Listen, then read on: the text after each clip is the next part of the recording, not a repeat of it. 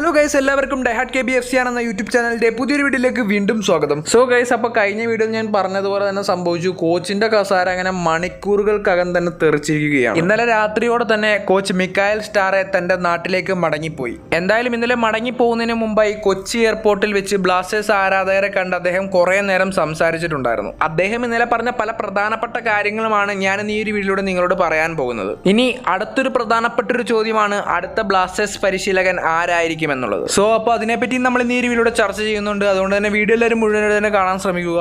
വീഡിയോയിലേക്ക് എടുക്കുന്നതിന് മുമ്പായി ഞാൻ നിങ്ങളൊരു ആപ്ലിക്കേഷൻ പരിചയപ്പെടുത്തുകയാണ്. ഈ ഒരു ആപ്ലിക്കേഷന്റെ പേര് വിൻസോ എന്നാണ്. ലുഡോ, സ്നേക്സ് തുടങ്ങിയ 100-ലധികം ഗെയിമുകൾ ഈ ഒരു ആപ്ലിക്കേഷനകത്തുണ്ട്. ഇതിൽ ഓരോ ഗെയിം കളിച്ചുകൊണ്ട് നിങ്ങൾക്ക് പൈസ ഉണ്ടാക്കാൻ സാധിക്കുമെന്നുള്ളതാണ് ഈ ഒരു ആപ്ലിക്കേഷന്റെ പ്രത്യേകത. എന്റെ റെഫറൽ കോഡ് ഉപയോഗിച്ച് നിങ്ങൾ ഈ ഒരു ആപ്ലിക്കേഷനിൽ കയറുകയാണെങ്കിൽ നിങ്ങൾക്ക് 50 രൂപ സൈനപ്പ് ബോണസ് ആയിട്ട് ലഭിക്കുന്നതാണ്. ദിനം പ്രതി 5 ലക്ഷം രൂപ വരെ ആളുകൾ ഈ ഒരു ഗെയിം കളിച്ച് സമ്പാദിക്കുന്നുണ്ട്. എല്ലാ മാസവും നിങ്ങൾ കളിക്കുന്നതിനനുസരിച്ചുള്ള ലീഡർഷിപ്പ് ബോർഡിൽ ബൈക്കുകൾ, ഐഫോണുകൾ, അതേപോലെ തന്നെ തായ്ലൻഡ് ട്രിപ്പ് പോലുള്ളതൊക്കെ നിങ്ങൾക്ക് സ്വന്തമാക്കാൻ സാധിക്കുന്നത്. സോ ഇനി എന്തിനാണ് നിങ്ങൾ വെയിറ്റ് ചെയ്യുന്നത്? ഈ ഒരു ആപ്പ് ഡൗൺലോഡ് ചെയ്യാനുള്ള ലിങ്ക് ഞാൻ ഡിസ്ക്രിപ്ഷൻ ബോക്സിൽ കൊടുത്തിട്ടുണ്ട്. ഡിസ്ക്രിപ്ഷൻ ബോക്സിലെ ലിങ്ക് വഴി ആപ്പ് ഡൗൺലോഡ് ചെയ്ത് കളിച്ച് നോക്കുക.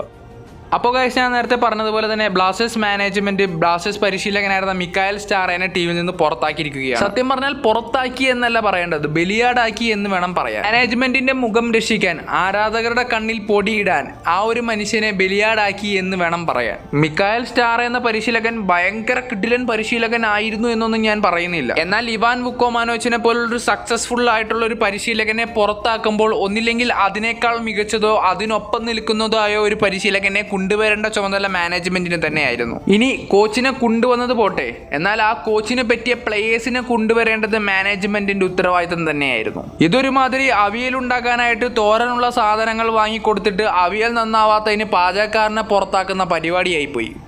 കോച്ച് മിക്കായൽ സ്റ്റാറേയും പറയുന്നത് അത് തന്നെയാണ്. മൊത്തം ടീമിനെ അഴിച്ചുപടന്ന് മാറ്റുന്നതിനേക്കാൾ കോച്ചിനെയും മറ്റു കോച്ചിങ് സ്റ്റാഫുകളെയും മാറ്റുന്നത് തന്നെയാണ് നല്ലത്. എന്തായാലും ബ്ലാസ്റ്റേഴ്സിനെയും ബ്ലാസ്റ്റേഴ്സ് ആരാധകരെയും ഈ ഒരു സ്ഥലത്തെയും ഒന്നും ഒരിക്കലും മറക്കില്ല എന്ന് പറഞ്ഞുകൊണ്ടാണ് കോച്ച് തന്റെ നാട്ടിലേക്ക് ഇന്നലെ മടങ്ങിപ്പോയത്. എന്തായാലും ബ്ലാസ്റ്റേഴ്സിന്റെ അടുത്ത പരിശീലകൻ ഇനി ആരാണ് എന്നുള്ളൊരു ചോദ്യമാണ് ബാക്കിയുള്ളത്.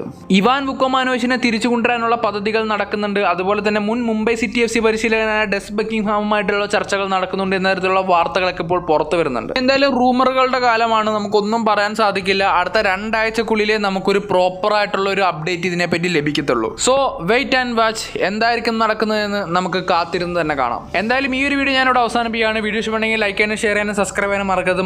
മറ്റൊരു വീഡിയോ നമ്മൾ വീണ്ടും കണ്ടുകൊണ്ടിരിക്കും. By, stay tune.